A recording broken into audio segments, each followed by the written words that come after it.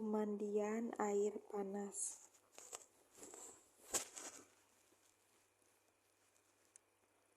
Berendam di air panas merupakan salah satu kesukaranku bersama temanku. Tapi hobi ini juga yang akhirnya tidak lagi kami lakukan karena sebuah kejadian yang terjadi setahun yang lalu. Namaku Riko. Mimpi buruk ini terjadi sewaktu liburan sekolah.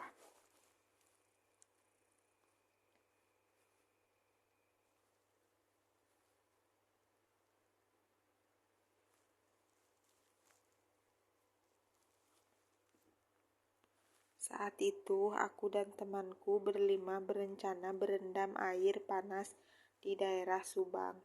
Kami berangkat dari Bandung sekitar jam 9 malam, menggunakan mobil punya temanku, Dika. Setelah semua berkumpul, akhirnya kami pergi menuju Subang. Selama perjalanan, kami harus bercanda, bahkan terkadang mengeluarkan kata-kata yang bisa disebut sompral atau berlebihan. Setelah sampai di Pasar Lembang, mobil Dika mulai tersendat. Kami berlima sebenarnya sudah mulai panik saat itu, takut kalau mobil ini tiba-tiba mogok.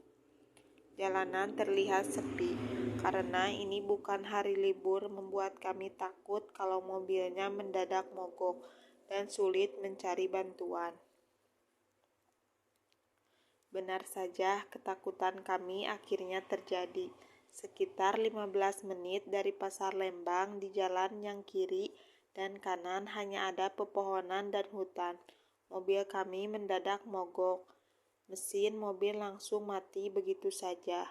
Kami berlima langsung segera turun dan mendorong mobil ke sisi jalan.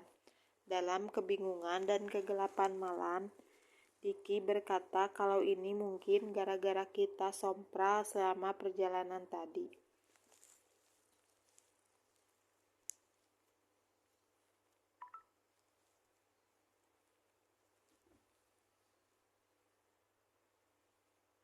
Konon jalan ini memang angker. Dika langsung memeriksa mesin mobil, tetapi gak ada yang salah, semuanya baik-baik saja. Gimana kalau kita dorong aja, kataku. Kami mulai mendorong mobil itu agar dapat hidup, namun hasilnya sia-sia. Mobil tetap tidak bisa dinyalakan. Udara malam begitu dingin. Jam sudah menunjukkan pukul 12. Dan kami semakin putus asa. Ketika itu, tiba-tiba saja kami semua terdiam melihat kabut berwarna hitam yang datang dengan cepat ke arah kami. Aku langsung berteriak, "Bro, mending kita masuk mobil deh, itu lihat ada kabut." Kami semua berlari dan panik, masuk ke dalam mobil. Tapi pintu mobilnya tiba-tiba tidak bisa dibuka, seperti ada yang mengunci dari dalam. Padahal kunci mobil sedang dipegang Diki. Kami semua panik sambil terus mencoba membuka pintu mobil. Kabut hitam itu semakin lama makin mendekat. Aku dan teman-temanku berteriak kepada Diki agar cepat membuka pintu mobil. Dan akhirnya dia berhasil membuka pintunya. Kami berhamburan masuk ke dalam mobil secepatnya. Setelah berada di dalam, kami hanya bisa terdiam. Yang terdengar hanya suara angin yang berasal dari luar mobil. Wajah temanku semua terlihat tegang dan ketakutan. Aku coba melihat keluar, tapi hanya tampak kegelapan. Kabut hitam itu kini menyelimuti mobil kami.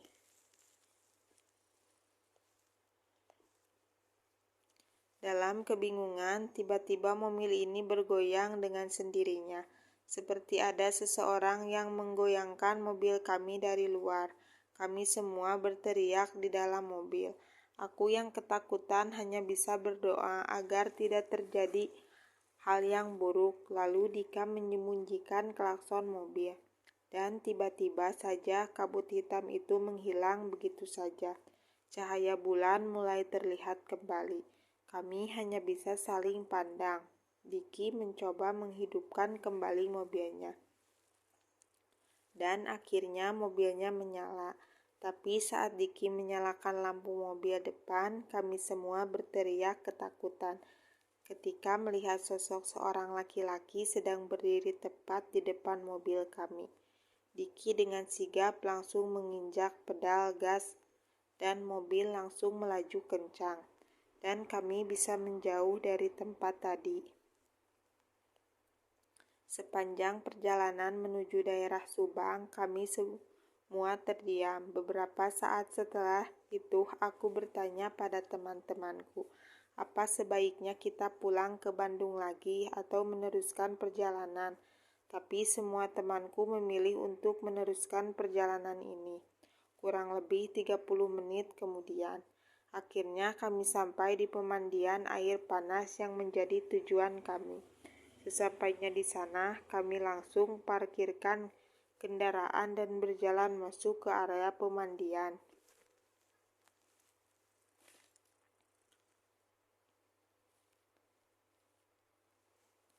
Namun ada yang aneh dengan tempat pemandian ini, karena di sana tidak ada petugas jaga yang memungut bayaran untuk tiket masuk. Setelah ganti baju, kami langsung masuk ke kolam.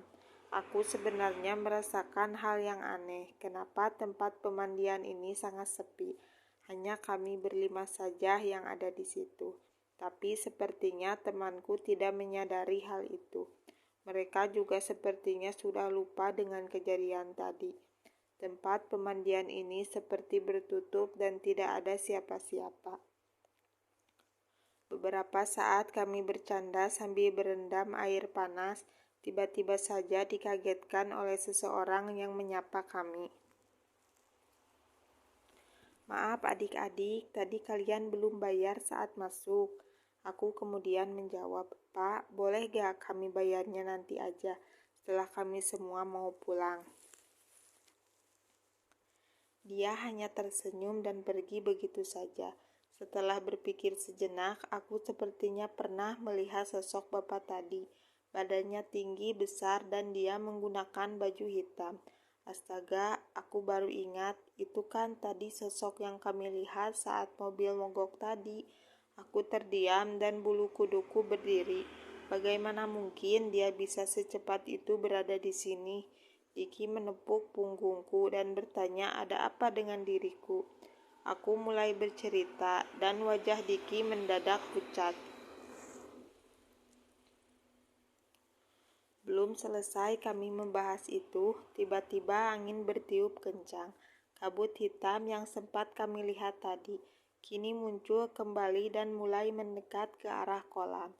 Kami semua berlari keluar kolam, namun kami kalah cepat dari kabut itu. Kabut itu mulai menutupi kolam, dan kami semua mulai berpegangan tangan satu sama lain. Kabut hitam itu seperti mau menarik kami semua. Kabut hitam ini sangat gelap dan pekat sekali, sehingga kami semua tidak bisa melihat satu dan lainnya. Kali ini seperti ada sesuatu yang menarik kakiku secara perlahan. Kami semua berteriak sambil panik. Pelan-pelan kabut hitam itu mulai menghilang. Kami semua berlari menuju ruang ganti dan buru-buru kembali menuju mobil. Saat sampai di parkiran, kami mulai ketakutan lagi karena pintu mobil mendadak tidak bisa dibuka kembali. Saat kami panik, tiba-tiba sosok laki-laki tadi kini terlihat berjalan mendatangi kami.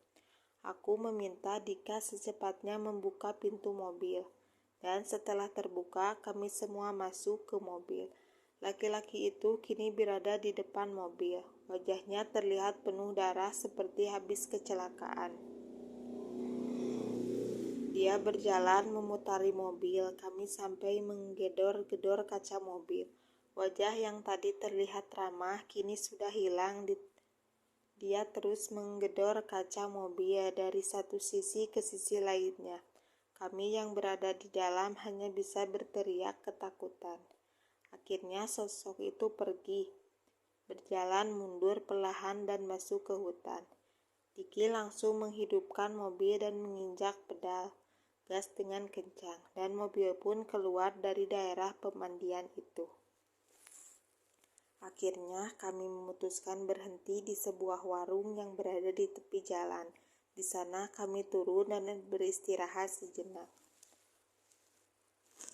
Di sela-sela obrolan kami, ternyata diam-diam sang pemilik warung menyimak obrolan kami. Kemudian dia bertanya tentang kejadian yang tadi kami alami. Dari situlah kami tahu sosok laki-laki itu ternyata memang makhluk halus yang sering muncul menunggu pengendara yang melintas. Konon sosok itu adalah seorang laki-laki yang meninggal karena tabrak lari ketika sedang menyeberang di jalan yang tadi kami lalui.